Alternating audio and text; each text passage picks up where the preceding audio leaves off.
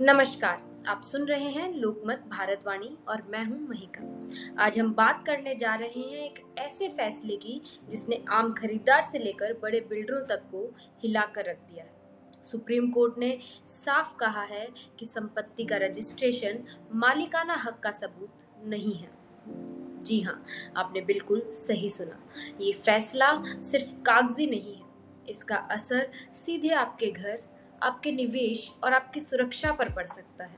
तो आइए चलिए समझते हैं कि इस फैसले का पूरा सच, उसकी वजहें और उसके दूरगामी असर क्या है। तो बात है तेलंगाना की।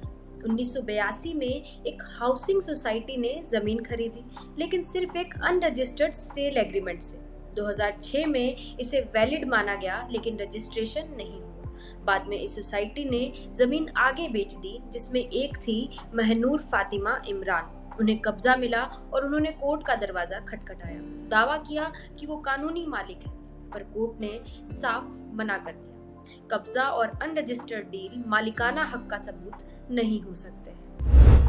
अब सवाल ये उठता है कि अगर आपने रजिस्ट्रेशन करवा लिया तो भी क्या आप मालिक नहीं हैं? दरअसल रजिस्ट्रेशन एक कदम है, पूरा रास्ता नहीं। अगर जिससे आपने खरीदी उसके पास खुद वैध टाइटल नहीं था, तो आपकी रजिस्ट्री भी सिर्फ एक दस्तावेज रह जाएगी, मालिकाना हक का गारंटी नहीं। जैसे मान लीजिए कि किसी ने अपनी कोई चोरी का सामान किया और वो आपको बेच दी। आपने पूरी कीमत चुकाई, बिल भी ले लिया, पर क्या वो आपकी हो पाई? नहीं। अब आते हैं असली सवाल पर। आपके पास क्या क्या दस्तावेज होने चाहिए कि आप खुद को असली मालिक साबित कर सकें? सबसे पहले टाइटल डीड, यानी उस जमीन का कानूनी इतिहास।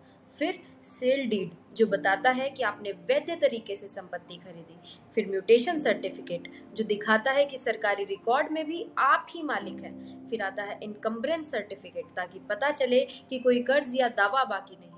और हाँ, प्रॉपर्टी टैक्स की रसीदें, पोजेशन लेटर, अलॉटमेंट लेटर, ये सब भी जरूरी है। अब अगला सवाल, ये फैसला हमारे लिए क्या बदलाव लाता है? सबसे पहले, जालसाजी में कमी आएगी। दूसरा, खरीदार और एजेंट्स को अब ज्यादा सतर्क रहना होगा, पर साथ ही लेन देन की प्रक्रिया लंबी और महंगी भी हो सकती है। और हाँ, अगर आप इसी तरह के ज्ञानवर्धक और जरूरी फैसलों की खबर सबसे पहले और विस्तार से चाहते हैं, तो लोकमत भारतवाणी को अभी सब्सक्राइब करें। हम लाते हैं वो खबरें जो आपकी जिंदगी से जुड़ी होती हैं, लेकिन अक्सर मीडिया की नजर से छूट जाती हैं। Section 17 of the registration act 1908 के तहत sale deed, gift deed, auction certificate, ये सब कंपलसरी रजिस्ट्रेशन वाले दस्तावेज हैं। लेकिन सिर्फ रजिस्ट्रेशन नहीं, चेन ऑफ टाइटल भी देखना जरूरी है, यानी पिछली हर ट्रांजैक्शन की वैधता।